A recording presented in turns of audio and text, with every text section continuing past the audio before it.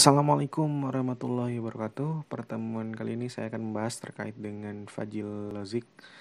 Fuzzy logic itu kita mulai saja.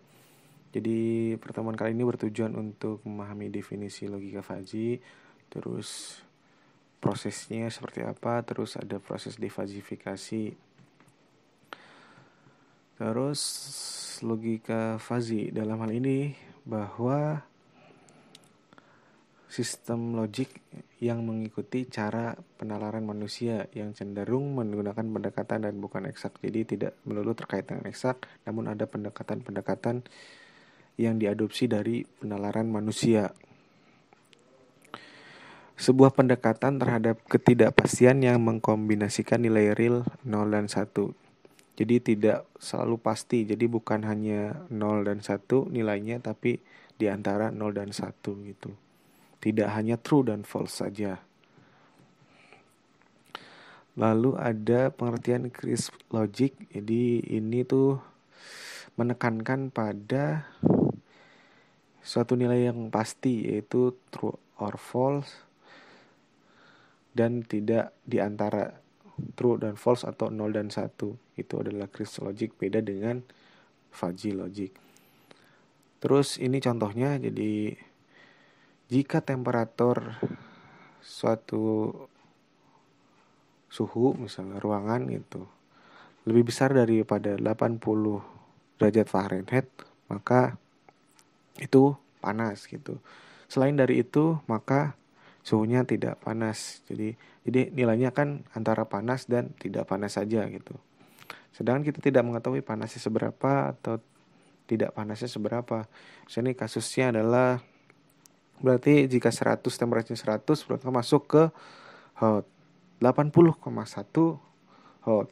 Terus temperatur 79,9 maka dikatakan tidak hot karena suhu atau temperatur di sini kurang dari 80 derajat Fahrenheit itu. Sedangkan panas menurut beberapa orang itu mungkin berbeda. Misalnya 82 menurut si A panas, sedangkan menurut si B nggak terlalu panas kok, seperti itu. Nah itu kita akan mengupas itu. Itu yang dimaksud pendekatan atau penalaran manusia. Kasus fuzzy dalam kehidupan sehari-hari misalnya adalah tinggi badan. Jadi si Andi menilai saya bahwa tinggi badan saya termasuk tinggi, sedangkan Nina menilai bahwa tinggi badan saya termasuk sedang. Jadi kan ada dua pendapat. Jadi siapa yang benar gitu kan? Atau kasih Andi yang bilang atau Nina yang bilang. Terus ketika Anda naik taksi atau saya naik taksi, berkata pada taksi minta seberapa cepat yang Anda inginkan. Pak, misalnya jangan terlalu cepat Pak gitu kan. Padahal misalnya si supir taksi bilang bahwa saya mengendarai dengan biasa-biasa saja, nggak terlalu cepat-cepat gitu kan. Seperti yang misalnya saya katakan bahwa si supir ngebut nih mengendarai mobilnya seperti itu. Padahal kata si supir enggak kok gitu kan. Terus alasan penggunaan fuzzy mungkin sudah dimengerti. Konsep matematisnya sederhana, iya kita coba aja apakah sederhana atau tidak. Sangat fleksibel, terus memiliki toleransi terhadap data-data yang tidak tepat atau kabur. Ya, jadi yang kabur itu seperti tadi, karena tidak adanya konsisten antara suatu manusia, misalnya ini panas, tapi menurut si B itu tidak panas, seperti itu.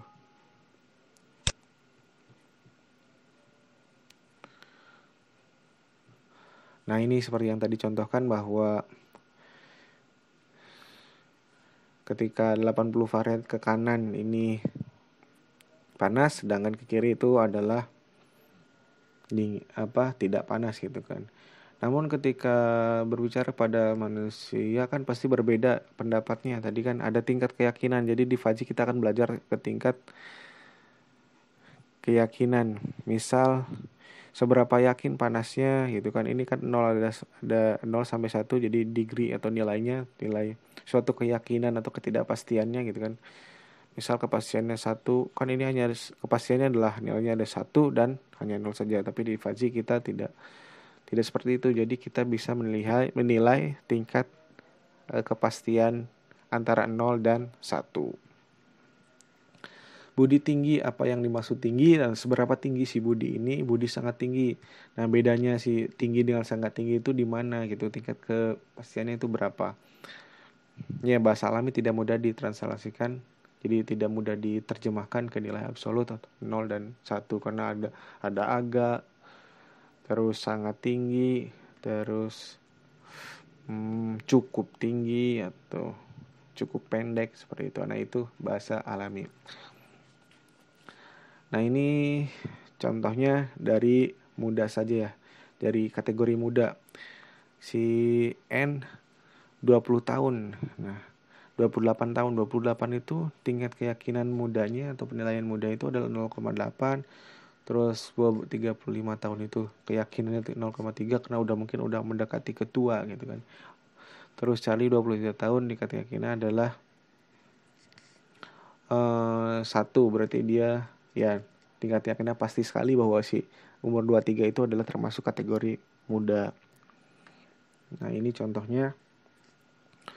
Muda itu misal di sini dari umur paling kiri adalah 0 sampai dengan 25. Ini termasuk nilai kepastiannya atau degree of membership-nya adalah 1. Sedangkan setelah 25 maka tingkat kepastiannya akan turun sampai 40. Dia akan semakin mengecil gitu. Terus ternyata 25 ke atas juga dia termasuk ke yang apa ini? Middle gitu kan, udah middle. Jadi middle pasti itu nilai kepastian yang middle atau yang apa? Tingkat keyakinan paling tinggi ada di angka 40, sedangkan lama-kelamaan dia turun gitu.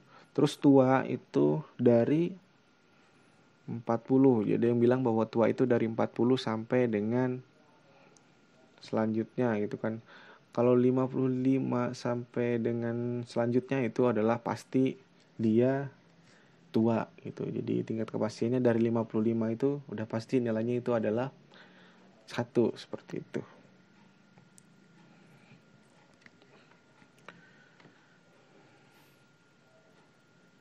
Nah, mungkin itu saja untuk pertemuan ini. Selanjutnya tinggal di next video selanjutnya.